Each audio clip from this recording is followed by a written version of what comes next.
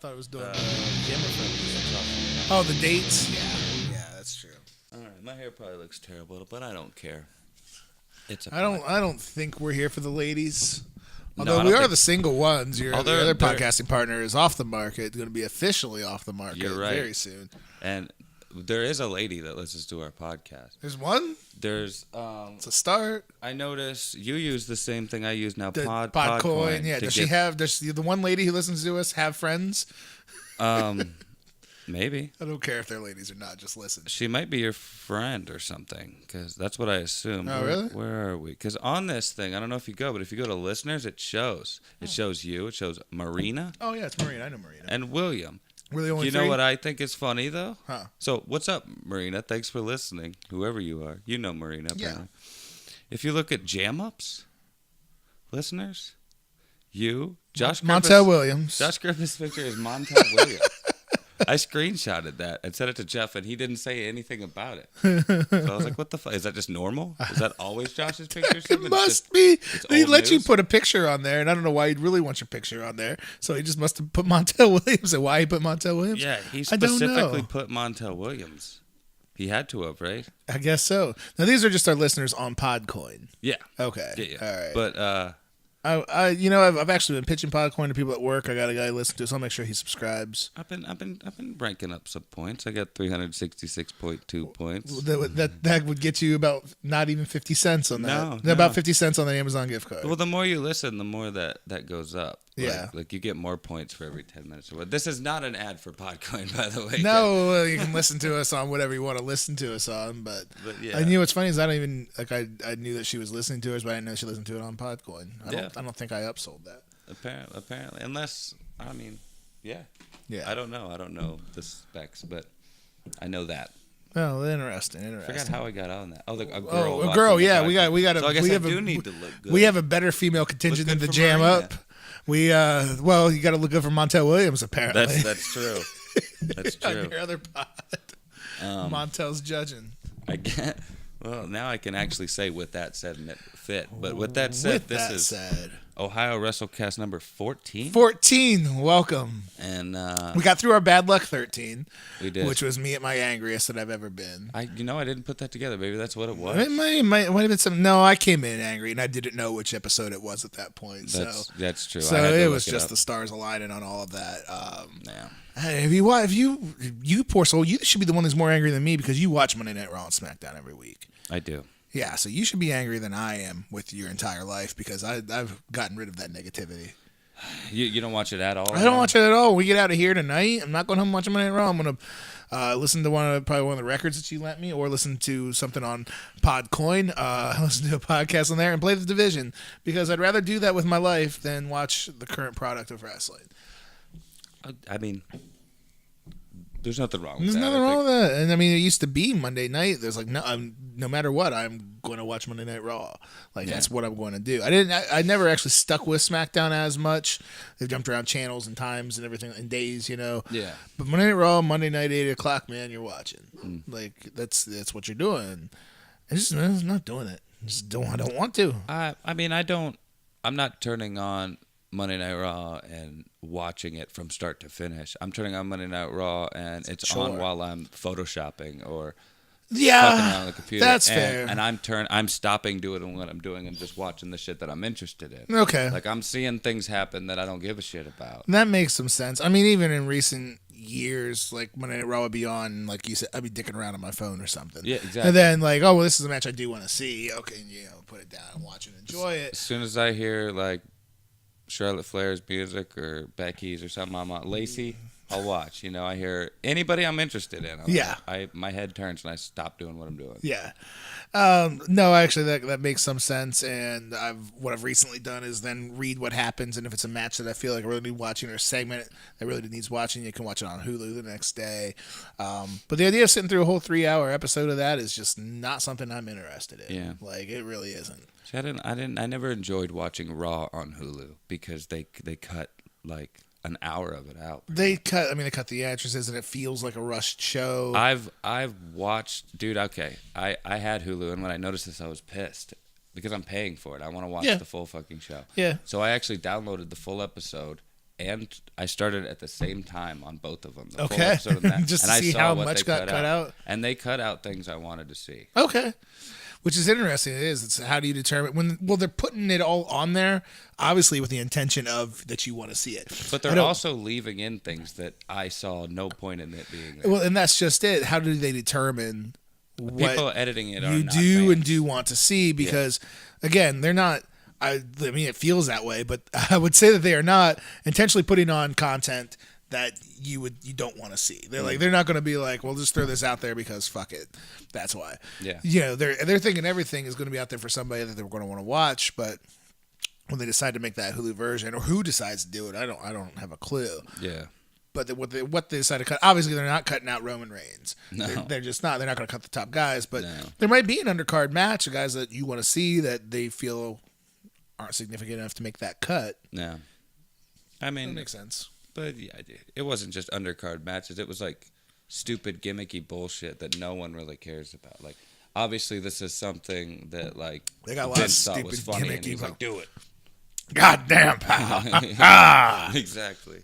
This is good shit. This is good shit. Is something we're going to get into, I think. Yeah. You know, well, we're going to definitely talk about, we're talking more about the current product today because there's a lot happening with the current product. Not necessarily WWE. Actually, we're going to stay pretty far away from WWE today. All Elite Wrestling put on their debut show as All Elite Wrestling. They had the All In show that was Cody and the Bucks. Yeah. Basically, it basically, that was their first show. But under the All Elite banner, this was their first show that they had. Was it not this past Saturday, but the Saturday prior? Yes. Memorial Day weekend. Mm-hmm. Lots and lots and lots and lots of positive reviews going on online that I've been reading. A lot of positivity amongst guys that I've been talking to. Not just for the show, but I think for the future of wrestling, the future of this company. So I'm seeing a lot of positive things. And I'll let you go ahead and talk about it because you watched the show in its entirety, correct? Or did you just watch? I watched all of the main show. I didn't watch any of the pre-show. Any of the pre-show. Okay. So you watched the entire, and you probably took in more production-wise and everything like that than I got a chance to see. Yeah, that's. I've been catching up and checking out the main stories and the main things coming out of it. So, what was your overall view on the show? You come out of it watching the entire pay-per-view. How did you feel about it overall? Well, I'm judging it from a standpoint of somebody who knows very little about what's going on with these people. Like, Okay. I watched a little bit of the YouTube stuff that they did to help like promote storylines Right, and shit like that, which I thought was clever. Not having a show, that's probably the best route for them to go. Yeah, and they have TV coming on Turner, which is a big deal, on TNT, which is until October, I believe, is when they're. I'm not. Mark, take your pills. My bad. Yes, I think they got TV coming in October, but using YouTube and using online sources to build is what they had available, and it makes sense. So Yeah, and I mean, with that little bit of it, like my point is that I'm looking at it from a few different standpoints, not only a wrestling fan standpoint, but like what this means for the business and like kind of a production standpoint. Yeah. As you were saying. Production wise, I thought the show was really, really good. I've heard that all around. I mean, there was a few botched camera shots. There was quite an ass shot of one of those Japanese wrestlers getting out of the ring, I noticed. And they did not cut. Like, it was there, and it was somebody not pressing a button at the right time. Right. Sure. It wasn't them being perverted or anything. But, like, there was some shots that went on a little too long. The crane shots were fast as hell. Yeah. Oh, my God. Like, Which is a different feel. That's something zooming completely different. Like, I think that's a good thing. I think it. Yeah. I seen the set and everything like that, and the colors are very vibrant. It looked very professional. Yeah, I guess their Titantron or whatever you want to call it. That was impressive. Okay. I thought looked very much like a WWE backdrop. You know what I mean? Right, which and everybody knows. Anybody who knows any sort of production, the WWE's production level is second to none. Yeah. I mean, it just absolutely is. Their production for the shows, the events that they have, and then for their video packages. I mean, which I watched some of those, which were very well done. I wouldn't say it was up to their level. Like, I think the like video screens and walls and stuff were, but like I thought the weird little tube entrance that they had, I don't know if you saw that, was kind of weird. Yeah. They to go back to the camera shots, they botched Cody's entrance. I don't know if you saw Yes, that. I did watch that. He came out the other side, and the camera was set up for the other side. and which I thought was funny. I mean, it just looked confusing altogether. Like Yeah. it looked like they were confused for their shot, but it looked like the whole idea, like you can understand why they got confused. Yeah, and even with all this, I understand. You're right. Like, it's their first show, they're working out the kinks, but for it being their first show and working out the kinks, it went tremendously well. Yeah, I think. Yeah, and I think they would think so too. Which I've purchased Ring of Honor pay-per-views in the past, and a lot of times you run into production snags, and it's one of those things where part of it wants to be understanding because they're a lower level company, but at the same time you are purchasing the product. Yeah, if you're purchasing it on pay-per-view, you kind of go into it with the intention of like, I'm paying my hard-earned money. You should have these kinks worked out. You should be able to deliver the product the way I want, see it, hear it, etc. What were the numbers on the I have not heard. I don't mean that. I meant like, how much did it cost to actually get the pay-per-view? And I believe it was either $50 or $60. Really? I think it was $50. So like a normal price for normal price pay-per-view from what they always were. It was like a 4-hour show. Yeah. So I mean, it was worth it, I think. Okay. And the production value. The wrestling standpoint, I thought the wrestling wasn't really any better than WWE. I mean, when it comes to like the Young Bucks, they have a whole different style. They sure do. You won't see there. They sure do, yeah. And you commented before that they don't quite sell, which I would agree with. They don't. They do their shit. They get up. They do more shit. Yeah. Which I think definitely hurts the quality of their matches. I think so too. And if you've never seen a Young Bucks match before, and this was your first time tuning in, seeing the Young Bucks versus the Lucha Brothers, if you've never seen it before, you were absolutely in for a treat. Yeah. Because I mean, it was an incredible athletic spectacle. It always is. They don't botch moves. They really don't. Yeah. But if you've seen a Young Bucks match before, then you didn't see anything special because they've been doing the same shtick for a long time, and it's a successful shtick. They've sold way more T-shirts than I have. I'll tell you that. Yeah. They've traveled the country doing their shtick. My question is, will it sustain? I don't know. Now that they will potentially be on TV every week and trying to sell pay-per-views to what will roughly be the same audience, to America. I don't know. That's the thing. I watched the match and it was what it was. Was I entertained? Of course I was. Do I think it was a great match? Not really. I wouldn't put together as a great match. I didn't. We were going to go into the card little by little, but I figured we'd stop on the Young Bucks. With that match, I didn't care who won or lost. Nobody felt like a heel or a babyface to me. Did they hit a whole bunch of cool moves? They absolutely did. But each move was just a setup to another move. You never built that like, oh, I want this guy to come back from behind, or oh, I really want these guys to get put in their place. No, it's just what's the next cool move going to be. And I think that's an issue with the whole show, aside from the last two matches. Okay, the last two matches did have build up. Right. The Kenny Omega Jericho match had build up for years at that point. Sure. That shit had been an ongoing story. Absolutely. Amongst different promotions. Yeah. The Dusty and Cody thing was something that was built up the 33 years of Cody's life, essentially, and storyline prior in WWE. Yeah. Right? Yes, there was. Yeah, it was. So it wasn't great. You had something there. Other than that, the rest of the show, you really had no storyline at all. It felt like filler. It felt like filler, which I don't think you should be providing filler on your first show. You're right. I don't think that's a great idea. You're right. I think 4 hours might be too much. They should have built up. Maybe I missed something online, and they did build those up a little bit more. And I'm talking out my ass right now. I don't think so. But I think the show, aside from the last two matches, the show really lacked in investment. Well, they had a battle royal to open the whole show. It must have been on the pre-show, and they actually had a kid who was a double amputee, which bless his heart, guy with no legs out there. I saw that. But there's just no two ways around it. That is a gimmick. That is a total fucking gimmick. It's a freak show to look at our guy with no legs. That's all it is. That's not even a terrible thing. Wrestling is kind of built like a circus, but your first show, I feel like everybody who bought it, everybody who was there, they bought it because they we're in a different era of wrestling where the fans want to be a part of something. This is coming from the ground up from selling Bullet Club T-shirts is really, what I mean? Like, so the fans feel like they're part of it. They want to be a part of it. So the people who are going to support it would have probably bought it no matter what, right? Yeah. But they probably had some friends over that'd be like, hey, this is going to be new wrestling. This isn't what you know. Let's check something out. And then the very first thing you have, the very first guys in that match, there's a guy with no legs. Yeah. And it's like, No, I get what you're Bless saying. his heart. I don't want to sit there and shit on a guy with no legs, go out there and doing what he loves to do.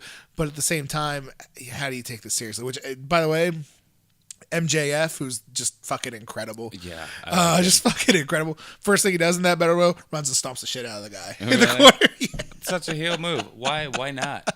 Why wouldn't That's exactly what a dickhead would do, and MJF is incredible.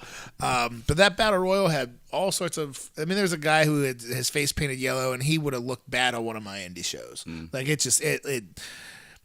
there's just no reason why that guy would be on a product that you're paying for. Yeah. And so that's the battle royal was not good. It was not good at all. It was full of gimmicks, full of weird shit. MJF is fantastic. And they had like Tommy Dreamer, they had Glacier, they had Billy Gunn in there. They had MJF doing a great spot with Glacier in there. Even Jeff, when they showed the highlight, because he wanted to see like the last two match, or at least the Dusty and Cody match, right? Or Dustin and Cody match, and when they showed the highlights, he's like, "Was that fucking Glacier?" Yeah. I was like, "Yeah." Yeah, I mean, it's fine.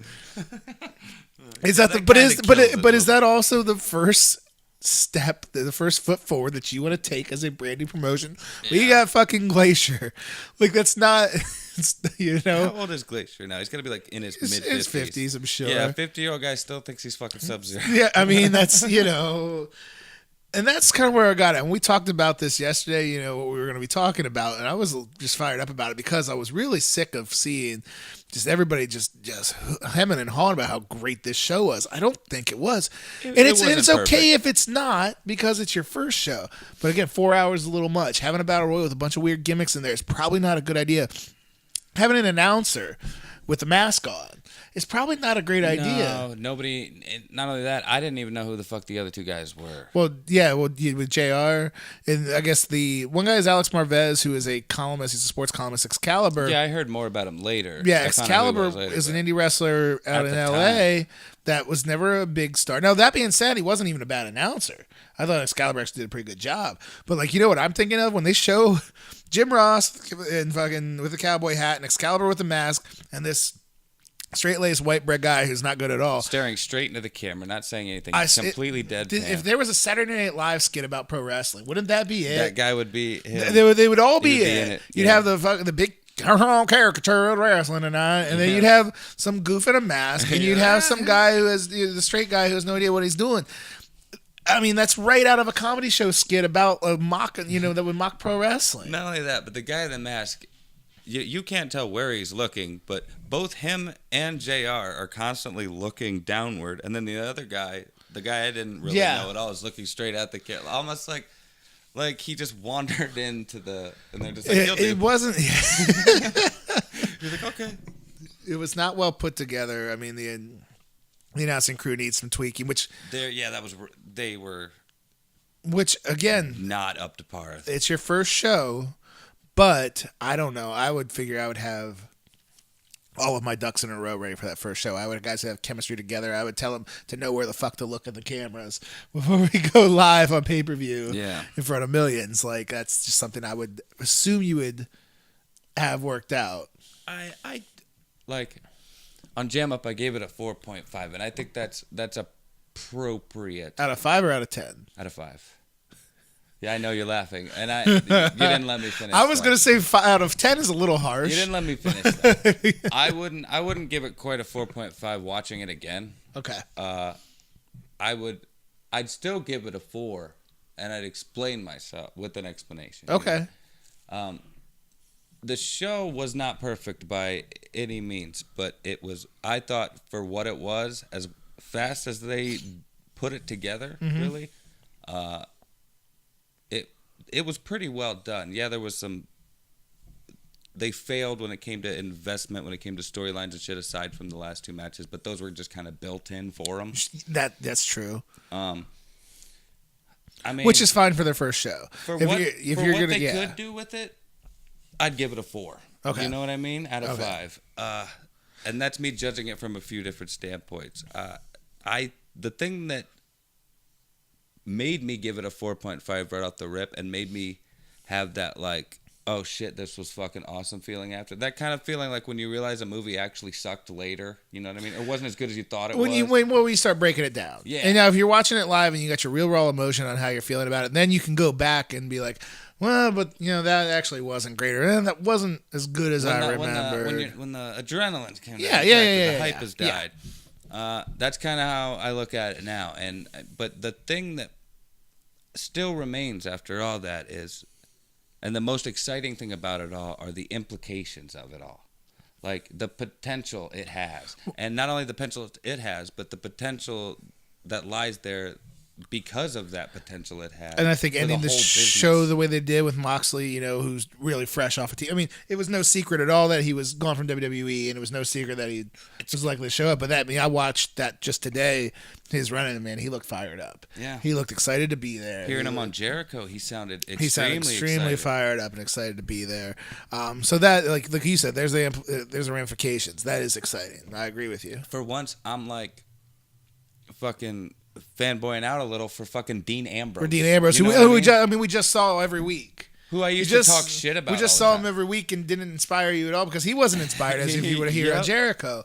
So now you got a guy who never really knock on his talent, and he's fired up to be there. Well, that would make you fired up to watch him be there. Exactly. Yeah. I mean I'm with you on that. That's what I love most of it. That's why I'm so on their side, because like even if they're mildly successful, they did listen to all the rumors about WWE right now in the locker room and shit.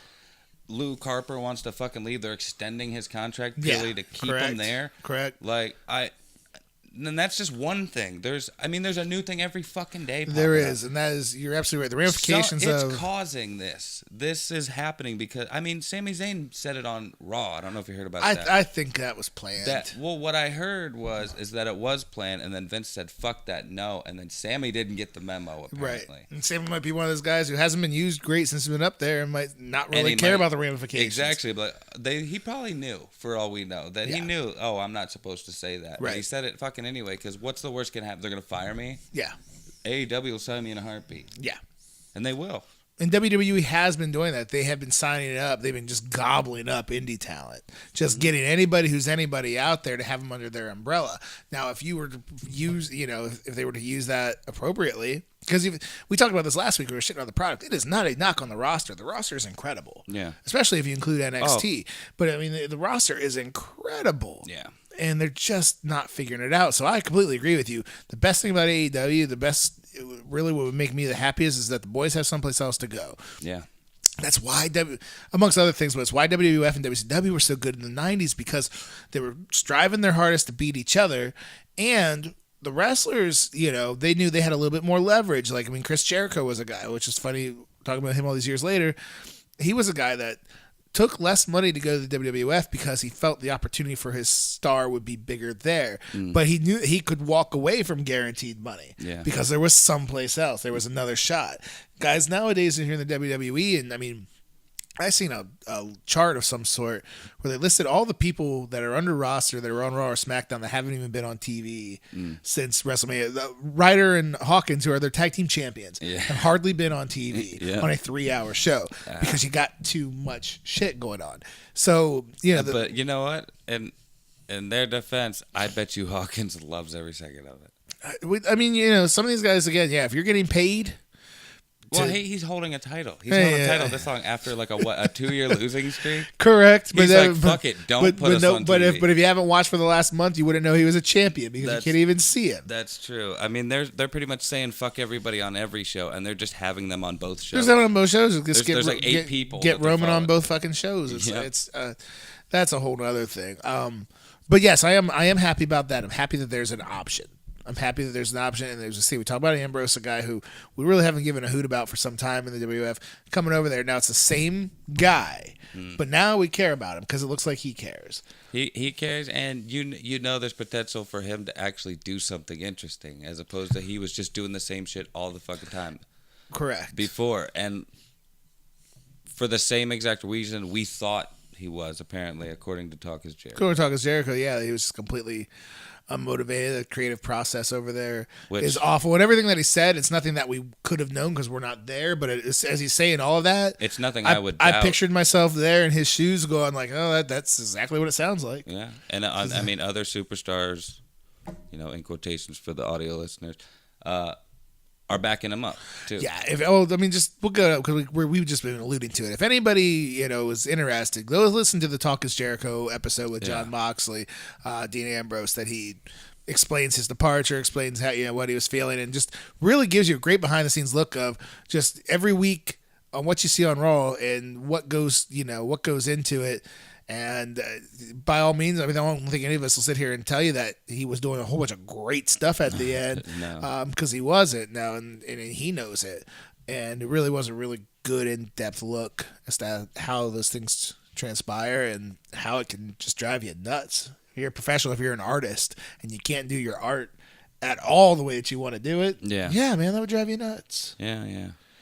I mean, especially knowing now that they don't have any stability there, security. Like, they are independent contractors. Always have like been. knowing that, and like, they don't have any sort of creative freedom either. Nope, they got nothing. They got guaranteed money. Which is basically what they could hold on to, the guaranteed money, where you can go. If they weren't there, it was to go to the Indies, or it's not. See, that's the thing. It's not like just any of those guys can just go to New Japan, because New Japan's not necessarily going to want every one of those guys, Ring of Honor's not necessarily going to want all of those guys. AEW is not necessarily going to want all of those guys. But if you are a guy, if you're a team like the Revival, that is the best fucking tag team on the planet, and you're not being utilized at all, and you know full well that if they showed up in AEW, to work the Bucks, I'm in. Yeah, I want to see it for sure. I didn't purchase the pay-per-view, and I didn't really go out of my way to watch it because it didn't offer me anything that I felt like I needed to see. Yeah. You give me the Revival versus the Young Bucks, you have my money. I was actually talking to my buddy right now, where we were talking about Chris Jericho and his drawing ability. That he's the biggest mainstream name they have, so he'll draw him in, and we compared him to say if they brought in CM Punk. Who's the bigger draw, etc. It's like, well, do more people maybe know who Chris Jericho is? Yes. And his comment was that, well, anybody who was buying this would have probably bought it with or without Punk. And I said, absolutely not. That's not true, because I didn't buy it. Yeah. CM Punk's going to be on there. I'm going to buy it. Yeah. I'm going to buy it. So there's one. You know what I mean? There's people that wouldn't have bought that any UFC pay-per-view that CM Punk was on that were wrestling fans. Sure. You know what I mean? Like, there's people who would not have bought a UFC pay-per-view did not see CM Punk. Yeah. They put him on loaded shows, I think, with that intention that they're going to get some new fans, and let's get him here with him, and let's keep him here with everybody else. And there's nothing wrong with that. That's smart. That's what the Indies do when you bring a name, and that's what we do with Ronda Rousey at WrestleMania or something, like back before she was actually on the roster. And shit. Or Shaq taking on Big Show. I was going to say Big Show with Mayweather, and just any celebrity usage. They would get that cross promotion. They would get mentioned on Entertainment Tonight or whatever the fuck it was, ESPN, when WCW had Rodman and Karl Malone. That got him on ESPN, and if you got some casual sports fans to come over, you weren't going to be blown away by how great they were of wrestlers, but you might have got blown away with Rey Mysterio versus Eddie Guerrero, and you want to stick with it now. So all of this makes all of that made sense, but this is where Jarrod's going to just shit on it, because here we go. Get ready, people. Because Should I turn the mic down? No, I'm not gonna yell. You were excited about Jericho and Omega. I didn't care, and I loved their match, the first match in New Japan. I thought it was a very good match. I really, really did. I thought the table stuff was weird. I seen they did a couple different table spots. He flipped over onto the table, and then later on they backdropped him out. Well, Jericho just kind of held it there for a little bit, and then sold like a wrist injury, which he might have legitimately fucked his wrist. That looked like it could have fucked up because it fell right on his arm. Yeah, but I think he was maybe just selling that because that's about all Omega grazed. They use those weird foreign. Those weird tables. Japanese tables, the little kids tables. They look like they could hurt more. They look like they have more metal to them, but the table part of them just look like just fake. They just look like weird. I don't know. I wasn't able to catch the whole match yet. It wasn't available on YouTube or anything, and I didn't really dig too hard. Yeah. But I watched the highlights, and Omega was Omega, and he's out there working hard. I mean, I think his offense is great. I think he sells really well. I mean, his knees are just those knees that he throws, the V-trigger knees are incredible. Yeah. And they look like all killer. Jericho didn't really look like he even wanted to be there. Jericho looked a little. I mean, physically, he didn't look as good as he has. No, he's he a had the dad 48-year-old. He's a bod going. 48-year-old man. That's one thing. Yeah. But did he look? Omega looked like he was really selling, really into it, really invested, and Jericho kind of looked like he was there because he knew he could be. And again, all the work that they showed on there, with the exception of one like DDT spot where they completely blew, it didn't look like any of the stuff was bad.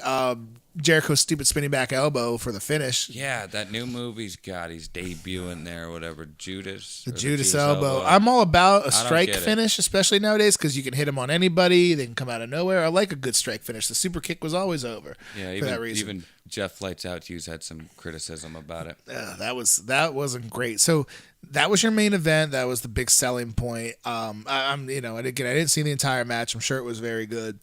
Those are two guys that are great at what they do, but it wasn't a selling point to get me in. I talked about the Young Bucks with the Lucha Brothers.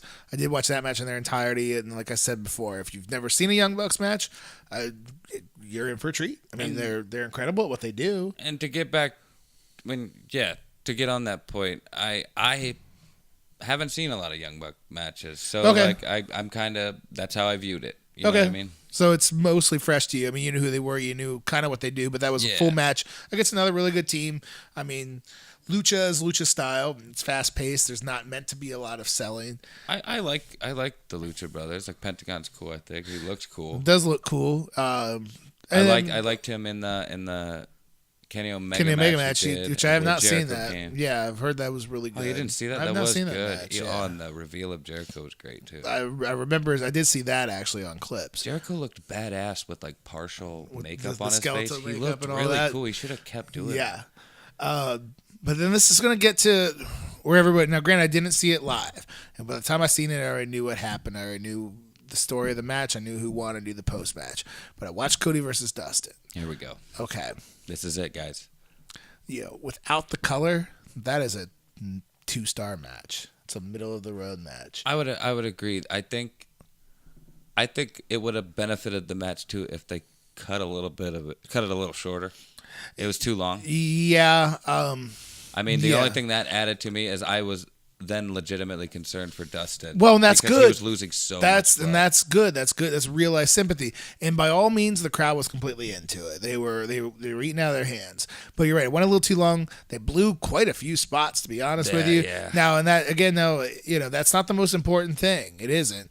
You blow a spot, but the crowd's still into it, then really who fucking cares? But if you're gonna sit there and which I heard it got 5 stars from Dave Meltzer, and fuck that. Did it really? Yeah, that is not a 5-star match. God, you cannot trust that motherfucker. No, that was not a 5-star match. He shits on great matches, and then he'll give a match that I think is pretty good, but not a 5-star match. The emotion was definitely there, and like you said, with Dustin's color, had you legitimately concerned, had you actually like really legitimately pulling for him to fight back and get in the match, that's great, and that's telling a story, and that's what made it good. Without it, it was a mediocre match. I would agree. If he hadn't bled as much as he did, even if he just bled, it wouldn't have been as good as it was. I would agree with that. That being said, it was there. The blood was the story of the match in reality. You don't see it very often. So they used it. They did it too.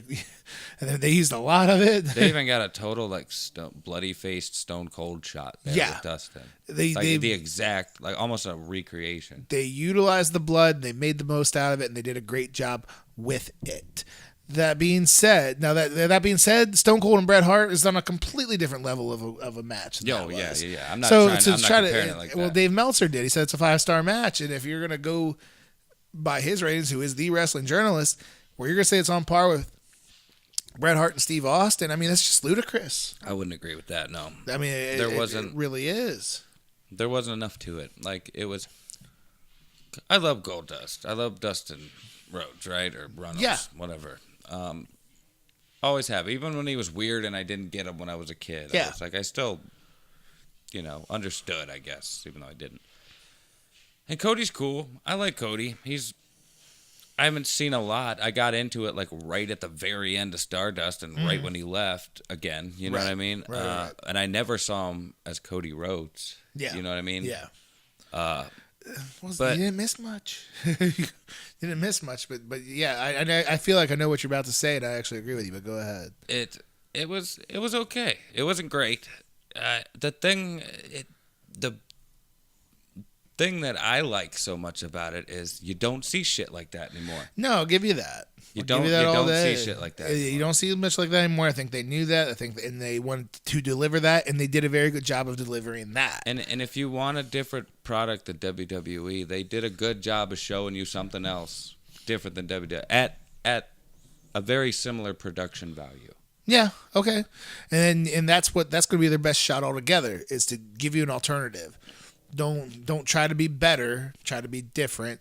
There's nothing wrong with that at all. But I agree with what you were saying, is that if you compare that to Bret Hart and Steve Austin, these two guys are not Bret Hart and Steve Austin. No. Neither guy was on the level what Bret Hart was at that point, and Austin was coming up. But neither of those guys are ever nobody's at the level of Steve Austin, and these guys aren't at the level of Bret Hart. No, it's not even comparable. And I think that's what got to me the most was, these are two guys that were on our TV for a really long time. And Dustin Rhodes, and I've been on a show with Dustin, and he's an incredible guy, and he knows so much. And it might have been his best match. He looked great in that match. He looked awesome at 50 years old. I couldn't tell you another memorable Goldust match. You're right. And this is what I'm saying, is that, but this is a guy that has been around for almost 30 years, and that might have been his best match. Great.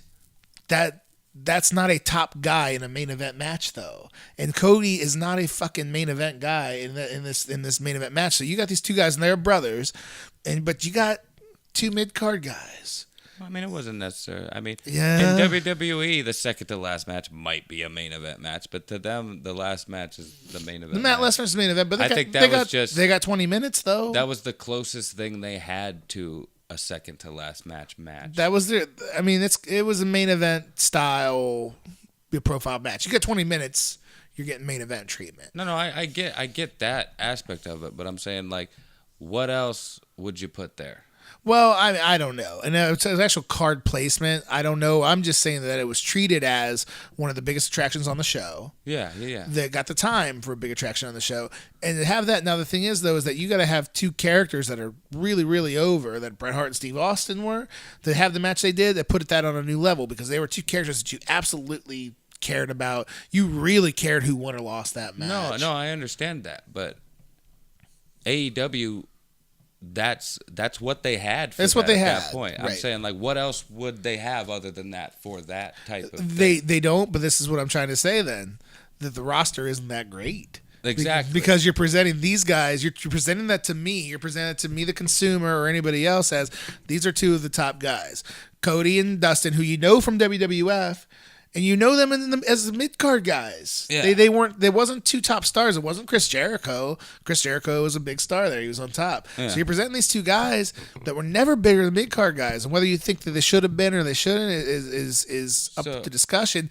But they weren't. They're not two top stars. That's the way they were being presented to us. They're not a guy that should be smashing. Kenny Omega and Jericho are, though.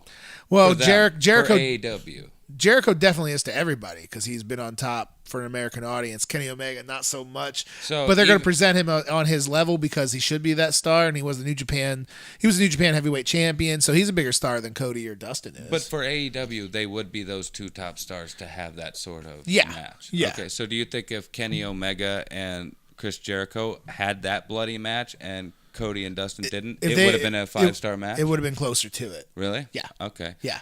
All right. Because they're more over. I understand that. Yeah. I would agree that, like, okay, maybe Kenny Omega and Jericho could have had that such brutal match. Right. And that would have been better. Because the characters are more important to you. Yeah, I agree with that one. I agree. But at this time, like, with the talent they had, I thought...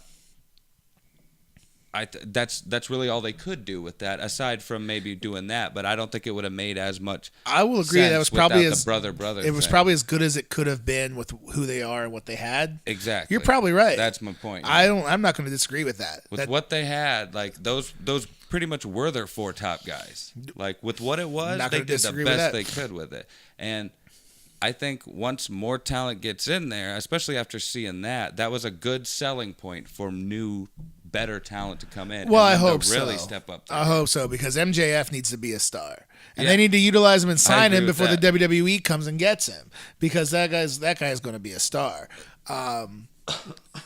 Yeah. Okay. We're on a similar page then. Yeah. It was good. It was entertaining by all means, but was it a 5-star match? No. Was it a match that's going to get them to compete with the WWE? Fuck no. Let's just tone it down a little bit. And then my thing is that I'm hearing that this is going to be the game-changing show, and the very next week NXT Takeover's on, and I'm like, no, that was a motherfucking great show.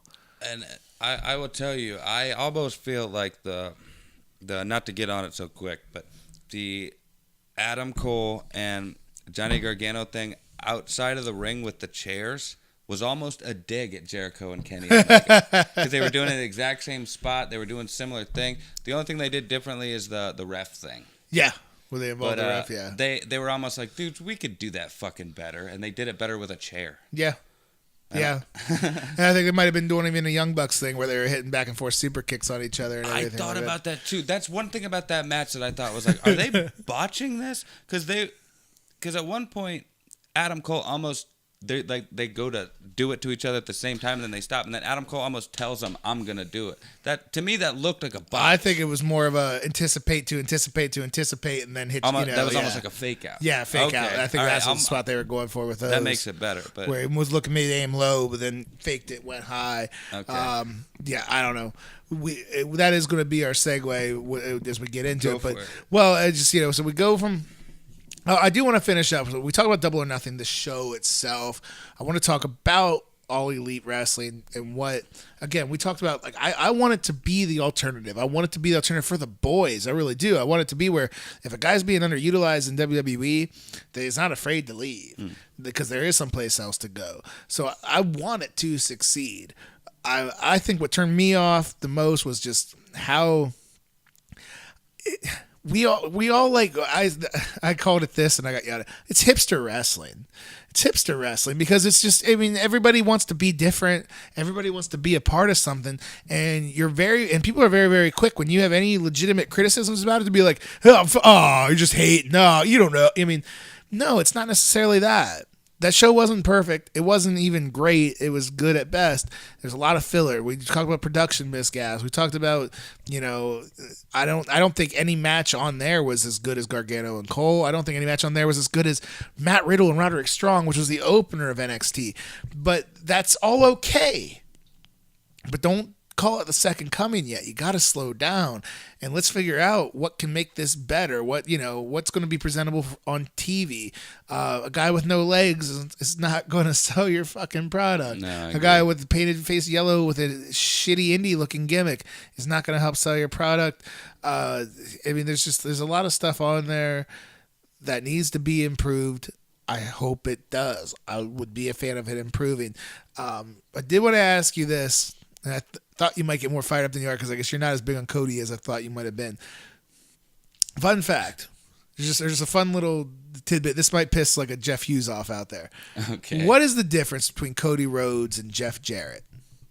That's not a setup for a joke. I'm asking you. All right, I'm going to legitimately think then. All right, so you got two guys who were basically mid-carders. They've been mid-carders. They're established as guys that really weren't supposed to be at the top. Jeff Jarrett got to the top at WCW and then it died. Yeah. So they're two guys that were always in the middle of the card. Two guys that are fine wrestlers, not necessarily the best wrestlers. Two guys that were fine promos, completely different promos. And Jeff Jarrett was always, much more of a caricature, but that's just how it was back then. If you were to give them skills on a video game, I think they would be pretty even as wrestling and as promos. I'll tell you this: I do like Cody's look with the the jet white hair.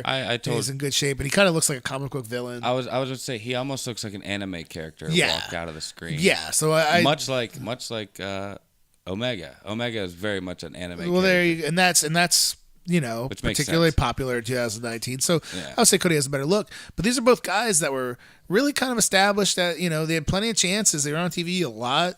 They're pretty much established as middle of the road guys. Well, all of a sudden, you get out of there, you just create your own company and you say, nope, I'm a top guy. Yeah. That's how I kind of feel about it. And man, I know that if some of my friends hear this, they're going to give me shit for even trying to compare Cody and Jeff Jarrett. I don't see that much of a difference. I think Cody has more going for him. I like Cody more than I ever liked Jeff Jarrett. You know what I mean? Like, Cody sells it better, I think. And by all means, and my friend mentioned this too, it's like, well, Jeff Jarrett didn't really build it. His dad basically created a company for him. Yeah, Cody as a businessman is a different level. Not going to take anything away from him there. Yeah, for sure. But as far as what your actual talent is and what they're doing, what they're contributing to the wrestling business, I don't know. I think it's a fairly fair comparison. I really do. You got guys who are pretty good that just go out on their own and say, well, this promotion, I'm the best. And it's like, well, your decade before of your track record kind of says otherwise. No, I would agree with that. I would mostly agree with the Jeff Jarrett Cody comparison when it comes to like wrestling ability and prior star power. Yeah. No, that's not to say, that Cody might not prove us all wrong and end up just being the absolute top star of all time. Of course, it could happen. I don't personally see it. He just hasn't proved it to us. He hasn't done it yet. So it's not to say it can't happen. Anything can happen, but. And I wanna go on the record and say, at all times when I'm comparing AEW to WWE, I'm not including NXT in that. To me, NXT is on a whole nother level than WWE. And it is. And that's actually something I kind of wanted to talk about today. That's what I'm waiting for when Trips is like, it's like, hey, Vince. Did you catch that? Triple H. All right. Because that's what 3 H's sounds like. But my favorite wrestler. It's like exhaling after asserts. Yeah, it's like what he does after everything he says. Game. Maybe that's it. Wow, maybe that is Maybe that's it. Maybe it's been right there under your nose all along. Under his saying his name. It's a big nose to be under if it's big nose his. joke, yeah. Wow, where we're talking about NXT. We're saying that you're comparing AEW to WWE, but not NXT. Yes, I'm waiting for the day where Trips is like, Vince, let me. I got this. Go fuck with that XFL if that's ever gonna happen, or go relax. The only way that the thing is that they would have to scale what WWE is down because that's why NXT works. Well, maybe AEW's an even better thing than we thought. Then could be. Help slim down that roster. It could be because there's a lot of people that I think could definitely go. I agree with that completely. Which would save them some dough. Give the people who deserve that money the money. I mean, is the business completely changing that a guy like a Braun Strowman isn't necessary anymore? I mean, he's necessary, but in the proper way. Because here's the thing. Adam Cole just won that main event. Spoiler alert, Adam Cole beat Johnny Gargano for the NXT Championship. He did. In a fantastic match. Adam Cole was a fantastic heel. Adam Cole does not weigh that much more than you do. Okay? He is... No, I think I could take him, honestly. He is not a... I mean, it's not even not a big guy. He's a small guy. He's great at what he does. He is a great heel. He's a great wrestler. He's a great promo. He checks every single box. Going up against a babyface Braun Strowman, how in the fuck does Adam Cole win? And that's, what I mean? Like, now, is the whole business... I feel the same way about a guy with no legs against anybody. I just shit all over a guy with no legs being out there against anybody. Yeah. That's actually what I was thinking going into this, that NXT is awesome. NXT is a blast. NXT is a shitty farm system for the WWE because what works in NXT is not going to work on Raw or SmackDown or a pay-per-view. It's just not.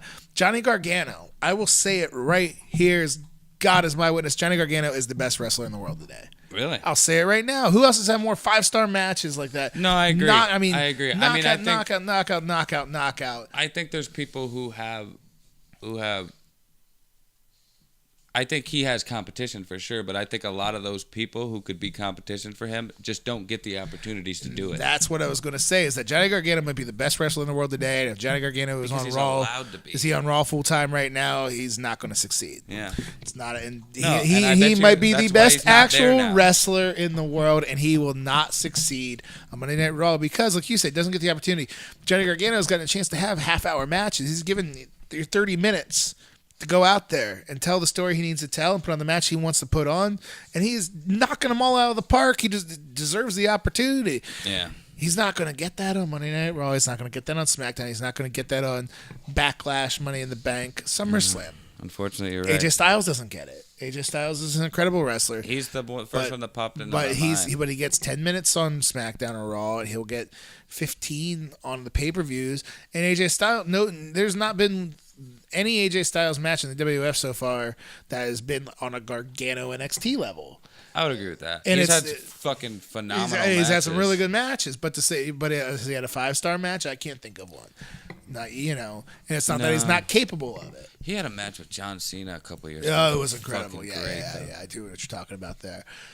It's not that he's incapable of it. Tough for me to say because I'm not a huge John Cena fan. I mean, Seth Rollins gets put in a good position to go out there and put on great matches all the time. It's not what Gargano gets. It's not what Adam Cole just got. It's not even what. Again, I really would like you to watch that Roderick Strong Matt Riddle match. It was incredible. I started to, but I had to start setting up, man. I only had so much time. I know. There was a 4-team ladder match that was out of this world, freaking good. I'll play it. I'll watch the whole thing. I just skipped to the end because you told me to watch that for this. Well, you needed to get something in there for this. So I've been trying to catch up on AEW. Yeah, to really. Do our research. All I would have to compare to AEW recently would be like Raw and SmackDown, and that's no comparison. And if you want to know how we feel about that, check out episode 13 where Jarret yells and threatens to kill somebody at the end of the show.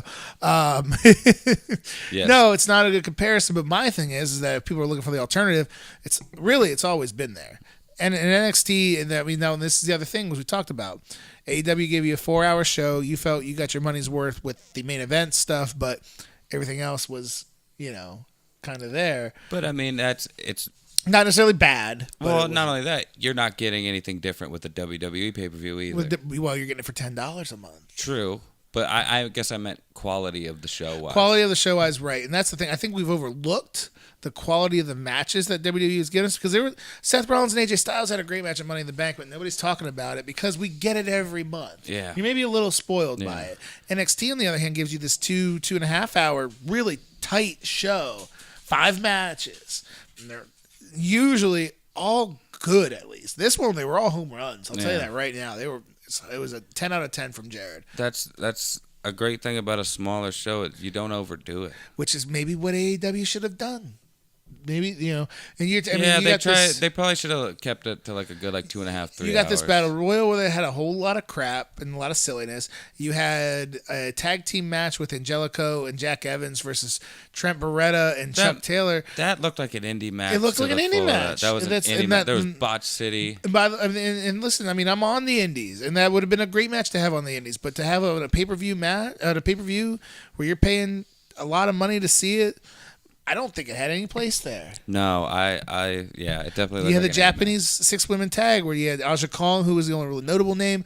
These women who are good workers that are hard workers, but you don't know any of them. I enjoyed the match, but I didn't know any. I was just trying to pick which girl I thought was the cutest. There wasn't one ticket sold for that. You had the other women's match where they brought back Awesome Kong. Didn't really use her. Put over Britt Baker, who's also a good women's wrestler. She looks good. Yeah. There's a reason why I would understand that you might want her to be your star. I get that. And then they had their Bailey, who I liked her. Yeah, Kylie but she was Ray. very much a Bailey. Very much a Bailey. Then Nyla Rose is actually a trans, if you didn't know that. Oh, And then Awesome Kong returning. But complete waste of Awesome Kong. Kind of complete waste of Nyla Rose because you might be able to have a real, we're not getting into that on our show and how you do or don't feel about that. But for what it is, it's definitely a story. To me in wrestling, it doesn't really matter. I don't think it really matters either, but it would be a story. But they didn't really utilize that. They used it as a platform to put over Britt Baker. I'd put over Britt Baker too. She's a good worker. She's good looking. There's a lot to like about her. That's a star. Yeah. But why did you need to bring Awesome Kong back for that? Britt Baker, is that the... What? She came out and I thought it was Emma. Oh, it's not Emma. No, I know that. Oh, okay. When she came out, I thought she was. If that's the one I think it dark was. hair, she looked a lot dark hair, like her yeah. But okay. Yeah, so we're getting back to AEW. But what we're saying is that that was a lot of the first half of that show. You could skip and it didn't matter. You're not going to want to skip anything on this NXT show. It was all just home runs. I believe that. Maybe that's what AEW should consider. Sometimes there's too much. I understand you want to get young talent out there, but if you're kind of throwing them all out there in a clusterfuck, does it really help anybody?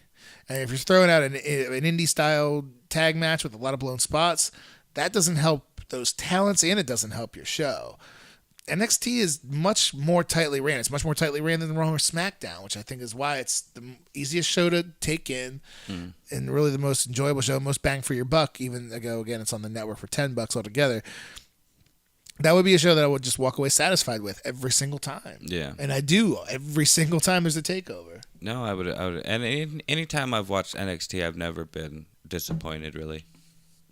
I mean, maybe other than an outcome, you know. Well, I mean, sure. I mean, Shayna Baszler right now is just an absolute. She might be the best heel in wrestling. I mean, she really might be. She is that sort of heat where you want somebody to beat her, just knock her off her perch, and it's not happening. That they're doing shit right. They're doing shit right down there. See, I say this all the time. I'm like, well, maybe I should get back in NXT, and I never do. But like.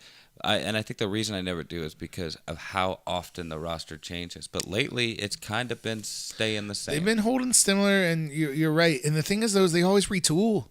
And they always, I mean, you would think, like, how are you going to replace Finn Balor and Kevin Steen and Kevin Owens? And they do. But at the same time, like, I still want to see those people.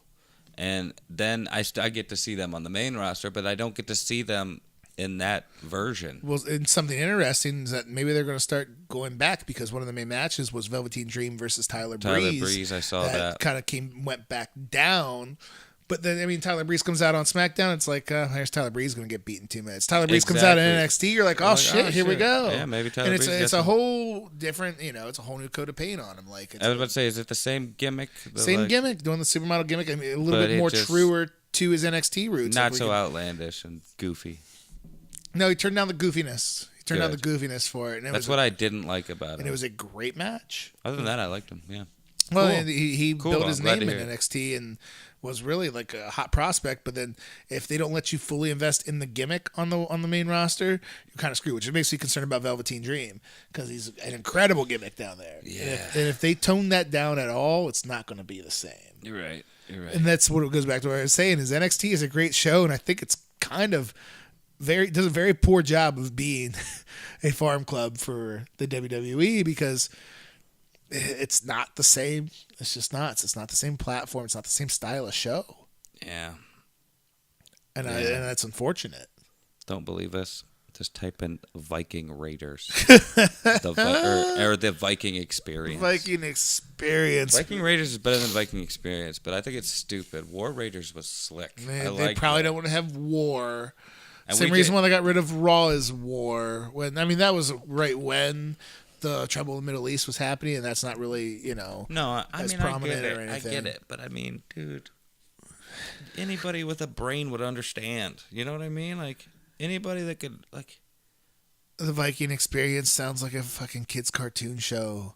The War Raiders sounds like what they are. These two big bearded bad motherfuckers that are coming to kill you, and they haven't been on TV since they debuted. No, they haven't. So let's bring them up and do nothing with them. I think that fucked them, dude. Maybe they're just retooling them again. I don't know. But, I mean, how much goddamn sense does that make? You bring them up. You give them a put. They get the win. They look strong. And then I think they beat up the Lucha House Party a couple times. And that's it. Yeah. They're just, They did. They've recently had them pop up again. Actually, just last Tuesday, I think. But like another one they brought up and then didn't do shit with was Heavy Machinery. No, nothing. And I liked them too. They were like an old school. I didn't think they were ready. I thought they could have had more time, more seasoning, and a bit of a run in NXT. Yeah. So, but if they're bringing them up, okay, then let's see what they could do.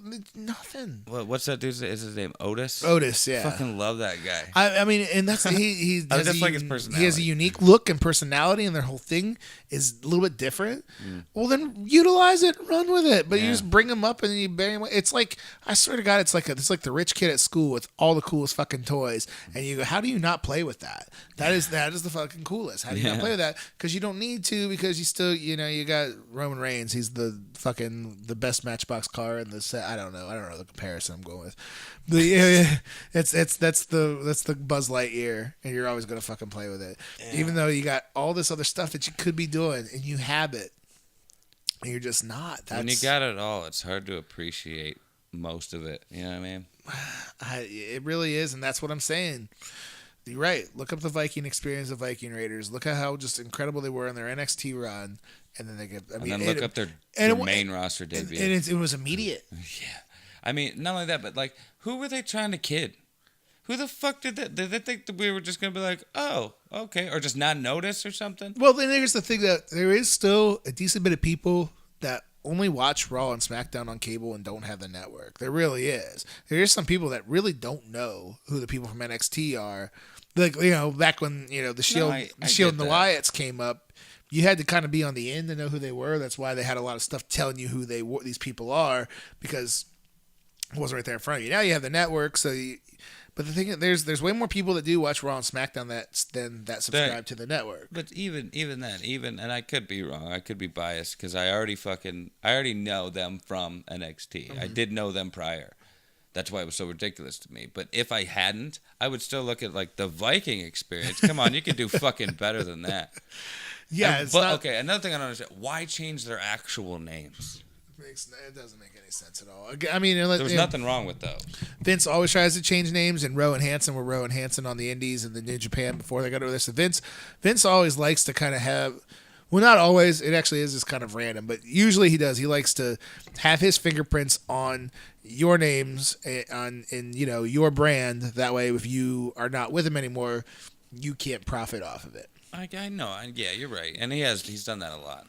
Right. But now that being said, they could have changed their names in NXT, give them the new characters. Try some stuff out down there. That's what it's supposed to be there for, right? Yeah, like if you didn't like it then, you should have changed it then. Tyler Breeze was just Mike Dalton, who was just another guy, a Canadian wrestler. Yeah, he wasn't always Tyler Breeze there. He was about to get cut.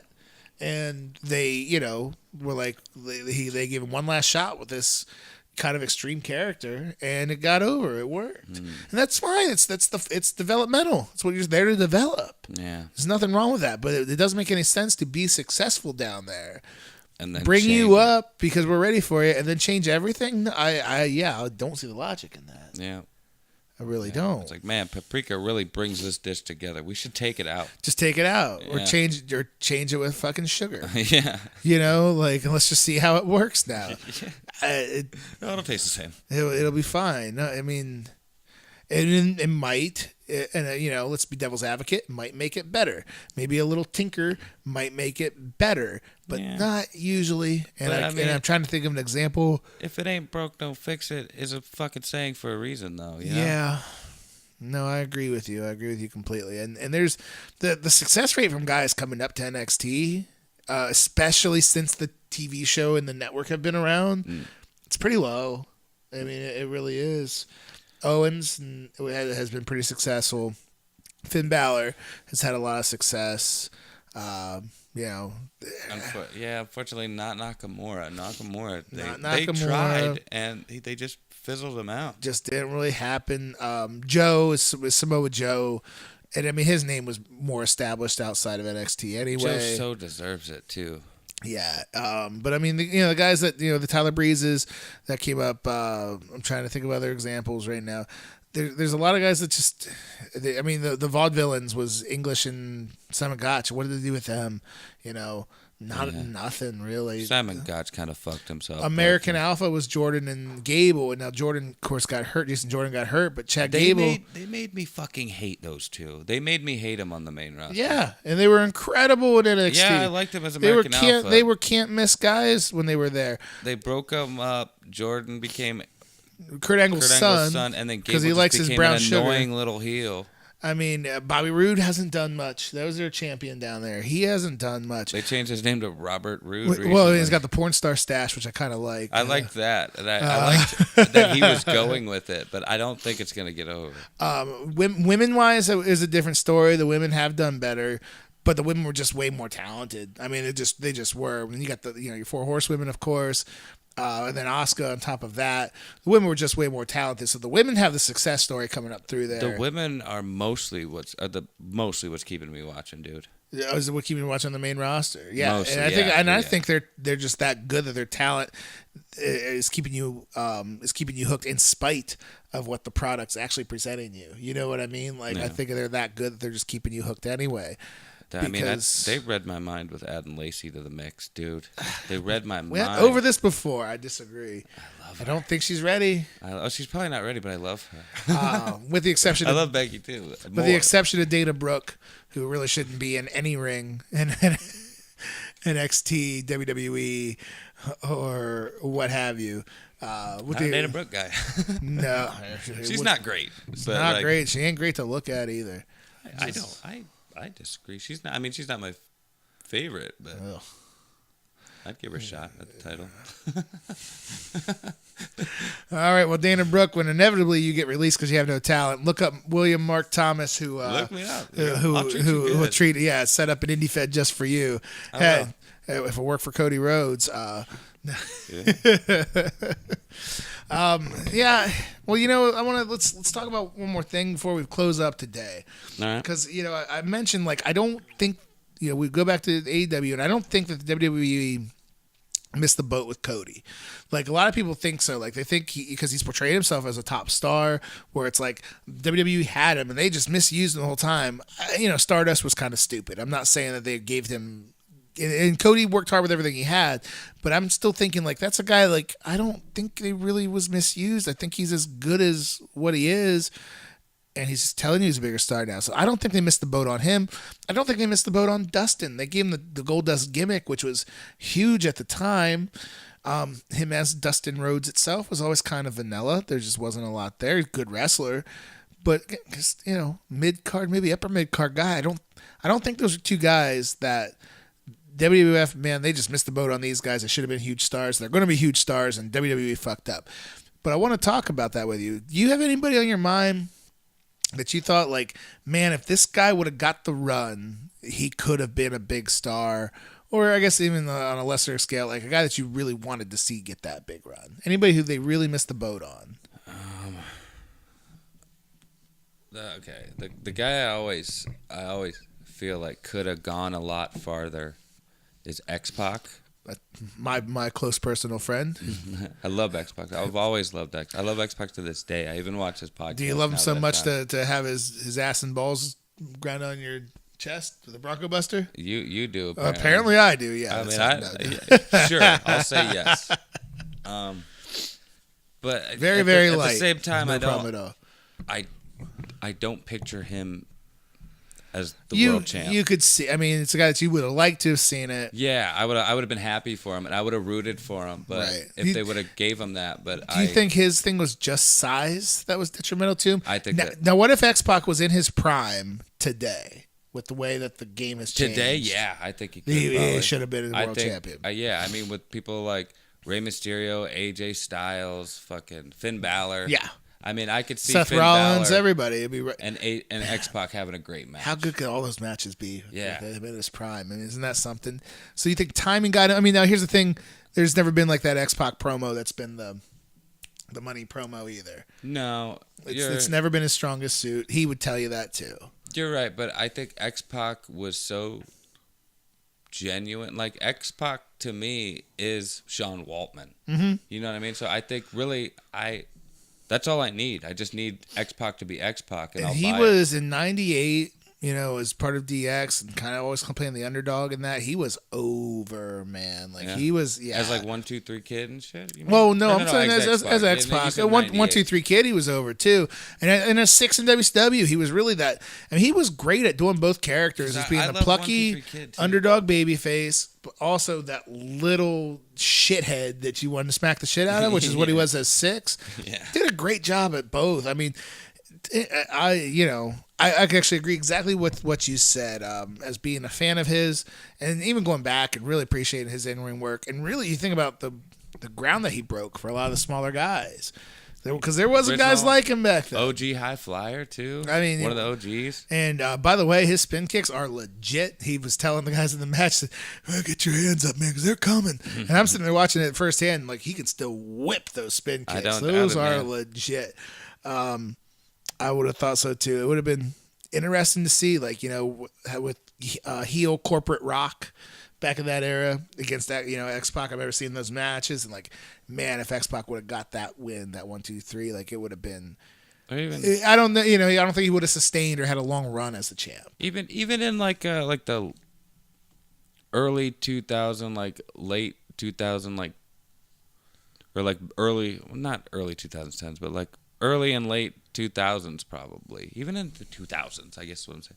Like against like a Jeff Hardy. Yeah. When he was like holding titles and shit. Like that would have been a decent time if he would have like if he wasn't so into like the drugs. I was gonna say his own personal issues. Like if he would have took care of himself. Got in the way, and that's him. But if you talk about X-Pac in his prime, and I mean, there just wasn't any room at the top at that era though. That's another bad timing. You had Rock and Austin with Undertaker right there. That was the peak. Yeah. That was the peak of WWE. It was, and he was right there, and he was a big part of it, and he was great there. So timing as far as, the guys' size in wrestling now, and also timing and just how loaded the roster was, probably didn't work out in his favor. And X-Pac, he was kind of always like a, not a yes man, but like kind of a like I'm gonna help build you up. Oh yeah, I'm gonna help build you up. They've said it like in Jericho's book where he mentioned like you put a guy with X-Pac on the road because he was always going to make you better. Yep. And Jericho, of course, was good, but he wasn't really familiar with the WWF style at that point. He didn't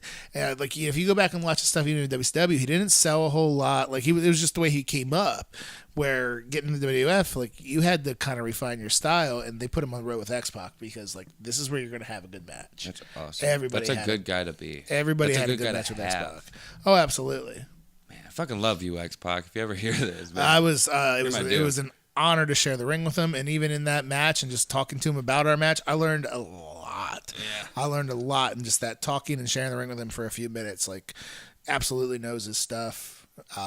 Takes a little while to get from his brain to his mouth because he smokes a lot of weed. Yeah, I watched his podcast. But he absolutely knows his shit, and it was an honor sharing the ring with him. So that's a cool choice. Yeah. I had thought about that, again, it goes back to the Cody thing where a lot of people think like that should have been a bigger star.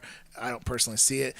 I have no reason to think so. Yeah, so you're on that train with me. Mr. Perfect is really the first guy that comes to mind, but that's kind of everybody feels that way too. He's maybe the one of the most underrated guys, or the best guy to never have their top belt. Not have a top belt anywhere. Could that run as Mr. Perfect? But I was thinking RVD, but RVD did get a run. But I still think they could have done more with him. The way I see it is, if they gave him the old WCW title, they didn't really make you the guy. Yeah, that was... Well, they did... No, he got the actual WWE. Did he? Yeah, he beat Cena for it at One Night Stand. He I always thought he was and then he shot himself in his foot by getting a charge with pot. He got pulled over having some weed on him and got arrested. Nowadays, that shouldn't fucking matter. It shouldn't. I don't know. It probably shouldn't. UFC fighters and shit are using it. But it did matter. And his thing... But I still think they could have done more with him because... Really, outside of a little blip here and there, he was always kind of in the mid card, and he was always getting huge reactions. And the thing is, nowadays with the athletes that they have, even your Seth Rollinses and stuff, maybe the stuff that RVD didn't seem so impressive. But man, back then, it was incredible. And I mean, he's a big guy. He's much, much bigger than a Seth Rollins or an AJ Styles. He was 6'1", 6'2", and like 240. Like he's a stocky big dude. Yeah. And to work the style that he did, and he had a different style of charisma that I don't think Vince ever got. And I don't know that Triple H ever got from what we've heard. I mean, you can call it the stoner charisma because it kind of is. Yeah, but he had that late, in wrestling where everything, and Hulk Hogan, everybody's all coked out. And it's Hulk Hogan. Let me tell you something, dude. And it's Nature Boy, screaming at the microphone and telling you why he's the best and bright lights, pretty ladies. I mean, like everything's over the top, and RVD wasn't. No. But at that time, though, it was kind of cool to not, to maybe non-conform. He was over the top. Cool. He was almost too cool. I think that might have been WWE doing that to him because if you go back and watch ECW, see everybody said like RVD couldn't cut a promo. Well, in ECW he could, and he was really very, very cocky, just too cool to be there. Yeah. But there was the way his promos were. Like he was just sit there and tell you why he was the best, and he'd go out there and have this great killer 5-star match, and then his promo would be talking about how easy it was. Yeah. Like he was cocky without needing to be cocky. And it was a different kind of cool, and I think they minimize that in the WWE. I think it's just like, well, go out there and be the bro then. You know, be the surfer guy, like, the too cool for school guy. Airbrush shit. Yeah, which was different then. Always, yeah. Which was different then. But yeah. I think there could have been more out of them, especially at the end of ECW. Now ECW was on a much smaller scale than WWE always was, but at the end of ECW, he was just insanely over. The crowds were going nuts, and they went nuts for him when he came in as part of the invasion. He came in as heel with that invasion angle. It didn't last long. He's still over with me, dude. When where I work at Mary Ann's, when I walk in from the loading dock, there's a ramp going down to the shop. Yeah. Every time I walk down the ramp, I'm either Billy walking like fucking Vince McMahon, or I'm doing RVD as I'm walking down the ramp. He's still over in my heart, It's the bro. coolest fucking thing. Right? Mean, and that frog splash is just, God, I wish I could frog splash at the when you had a finish like that, you were going to be over. The Dudleys in the 3D was always over. That frog splash always got a reaction every time. Yeah. The other guy, which is a little bit opposite because he never had the finish that was over like that, but I thought John Morrison could have been a bigger star, and he's still he was a tough an enough Impact guy, right? He's a tough enough guy that got kicked off the one season because he didn't know what a spinneroonie was. So like, well, how are you gonna get kicked off a season for not? Because he didn't know shit about wrestling. So like, what the fuck are you doing? I here? thought you meant specifically just because he didn't know what the spinneroonie was. No, that was it. That was it. No, I know, but like, he went in there purely why did all this incredible, like, because he was an incredible athlete, obviously, basically like breakdance and stuff. And like, well, do a spinneroonie. He goes, "What's a spinneroonie?" And they're like, well, "You don't know what the fuck, right? You don't know what a spinneroonie." And in 2001, if you don't know what a spinneroonie is, it's time to go. I get that, but the spinneroonie isn't even like a move. No, it's just not. It's just a thing. It's the idea that he didn't know what it was, and you're trying not to be a professional wrestler. I guess. Yeah, it's going to show where your passion lied at that point. Yeah. But he did. He came back. He won tough enough. Here's the guy who, let's call it is what it is. Great looking guy. Just looks the part of a star. You know what I mean? Now, I thought he probably should have been a heel because, again, his promo skills weren't the best. But if he was just played the Hollywood star with his, chiseled good looks, you have a mouthpiece to sit there and tell you why this guy is better than you all the time. And then he was athletic and he was really, really good in the ring. It felt like they could have done more with him, and he got a little bit ambrosed and just kind of sick of the whole deal himself, where he's just like, I just don't want to do this anymore. And I know he went and did some acting, and now he's on Glow. He was on Glow. He did some acting on Glow. I know he made his own movie. He was on Lucha Underground too. He was a big star in Lucha Underground. Now I think he's on Impact. As I think Johnny Impact, if I'm not mistaken, that's kind of his deal. Johnny something, yeah, Johnny Mundo.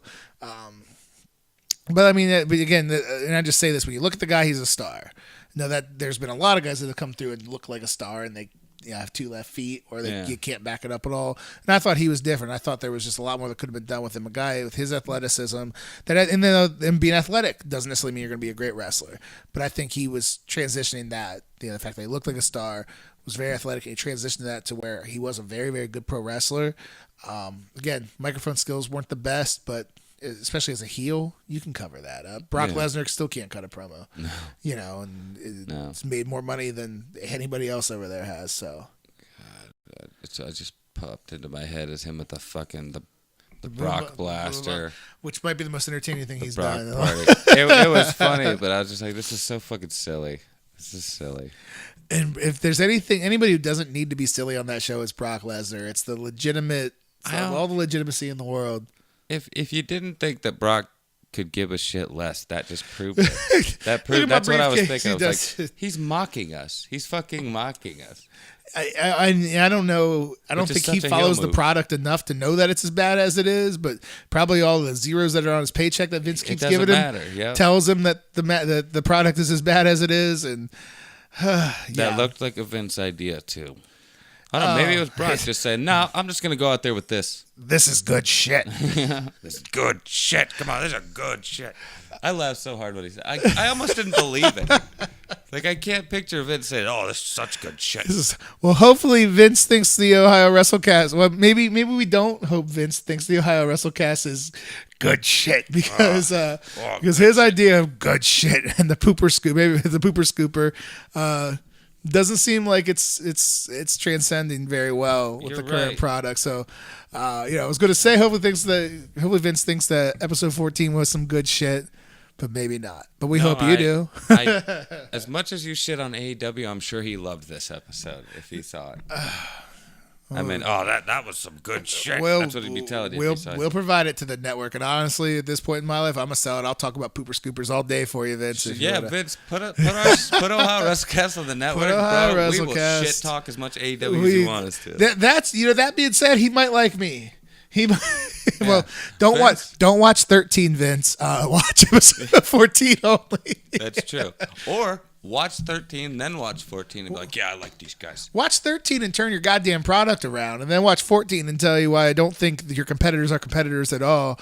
I don't know. I guess I hate everything. Just respect.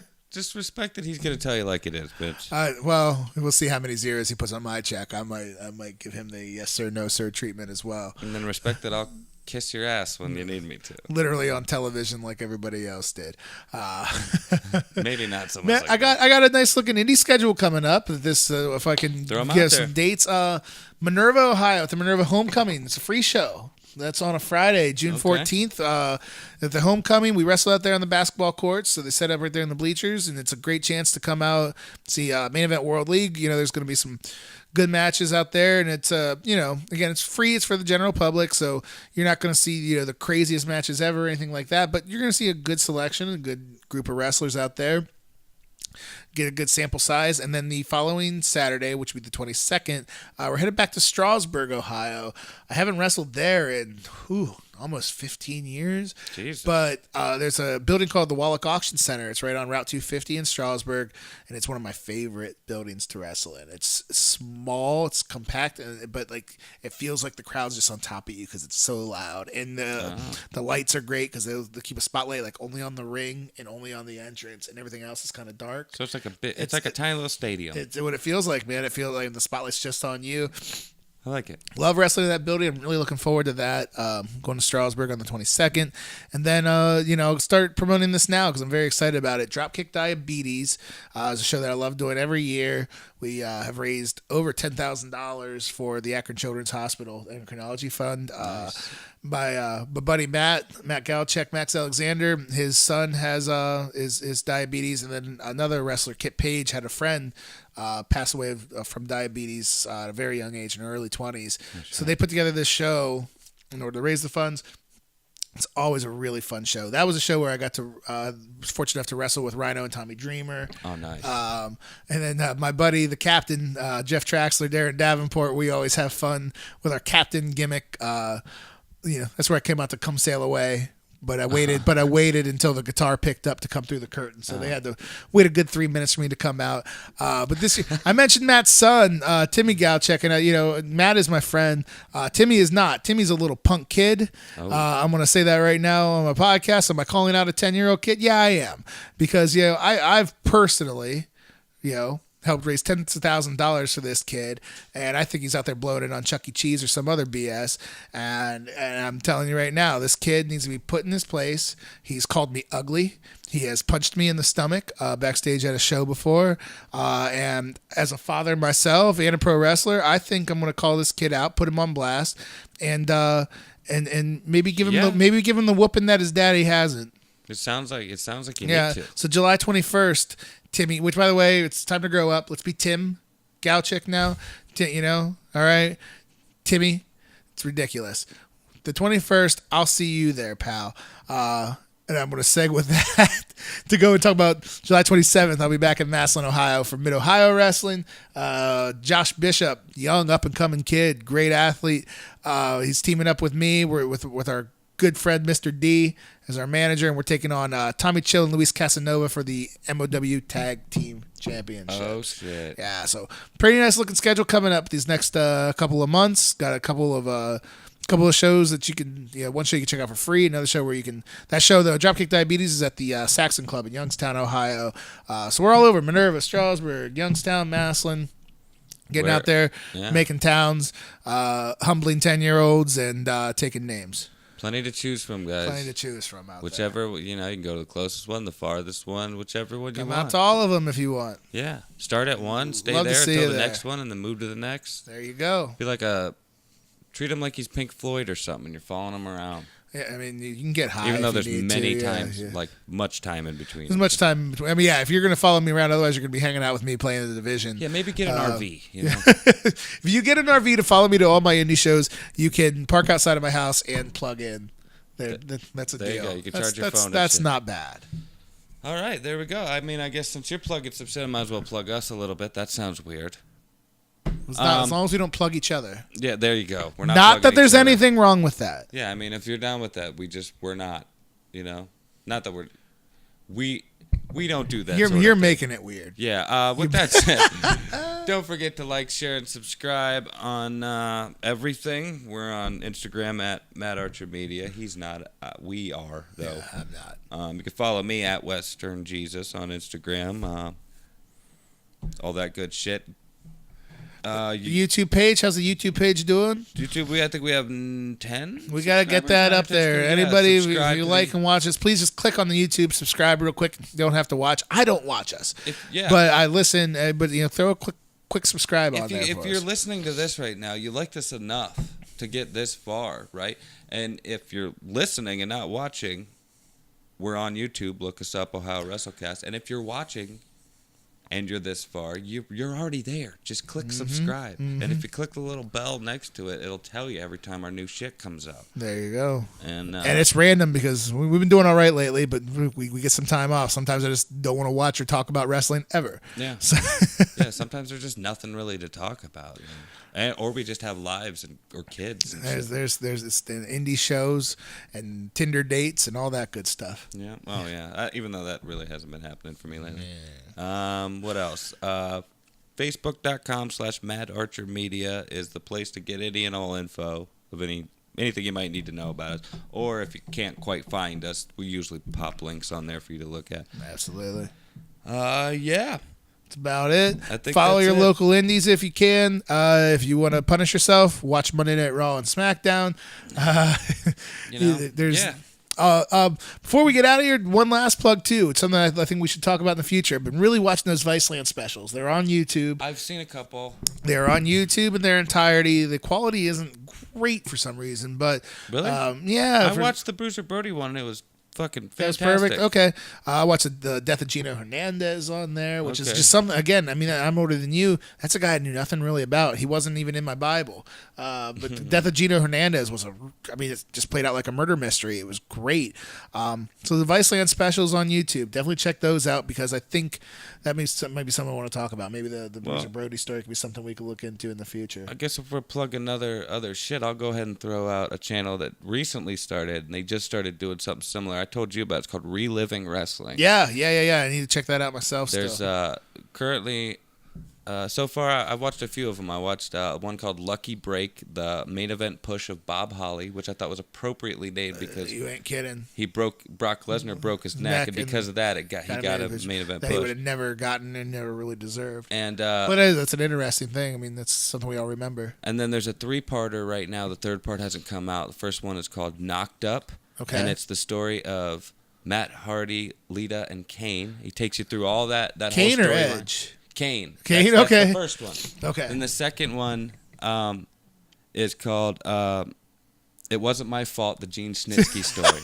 And then the third one I don't know yet, but I'm pretty sure it's going to take you through the Edge. To the Edge part of it? It takes you through that whole chronicle. And what he does, essentially, is he takes you through the storyline again. You relive the storyline, and he gives you all the footage and stuff. How did that make Matt Hardy look good? Kane's basically saying, like, he's basically, you either bang me or I'm going to beat up your boyfriend who's also a pro wrestler. There's nothing you can do about it, so she does. Yeah. Like, where's the law in all this? You know what I mean? The laws never apply to wrestling. But anyway, Reliving Wrestling is fantastic. If this guy happens to hear this, I love it, dude. Keep it going. That sounds fun. But I guess a couple of recommendations from us. Absolutely, plenty of wrestling to go watch. My main thing is there's plenty of good wrestling content to watch that isn't Raw and SmackDown right now. So, you're right. Don't just rest with what you know. There's lots of good stuff out there. Agreed. I guess with that said, this has been Ohio Wrestlecast number 14. 14. Again, don't forget to like, share, and subscribe. And until next time. Bye, Internet.